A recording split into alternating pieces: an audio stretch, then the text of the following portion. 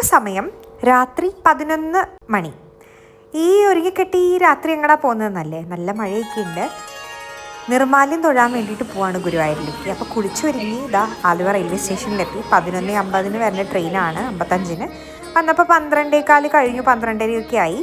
നമ്മൾ അവിടെ എത്തി, അങ്ങനെ കയറിയിട്ട് ഗുരുവായൂർ റെയിൽവേ സ്റ്റേഷനിലെത്തി. 2 മണിയായപ്പോൾ എത്തി കേട്ടോ. അങ്ങനെ ഇതാ അമ്പലത്തിൻ്റെ മുമ്പിലെത്തി. തിരക്കൊക്കെ കുറവാണ്.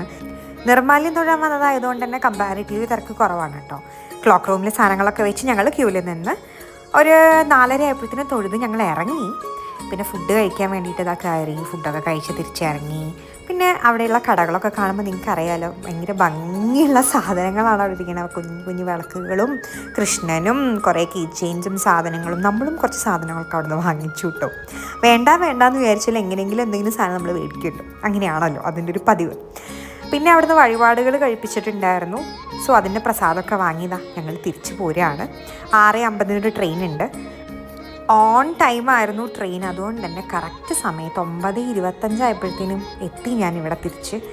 ഇതൊക്കെയാണ് കേട്ടോ ഞാൻ അവിടെ നിന്ന് വാങ്ങിച്ചത്. ഇത് കണി വെക്കാൻ വേണ്ടിയിട്ടുള്ളതാണ്. അതുപോലെ തന്നെ ഒരു കുഞ്ഞു വാൽക്കണ്ണാടി ഞാൻ വാങ്ങിച്ചു. പിന്നെ അവിടുന്ന് നെയ്പ്പായസം കഴിപ്പിച്ചതിൻ്റെ പ്രസാദമാണിത്. അതുപോലെ തന്നെ വെണ്ണ നിവേദ്യത്തിൻ്റെ പ്രസാദം. അപ്പോൾ അത്രയൊക്കെ ഉള്ളൂ കേട്ടോ.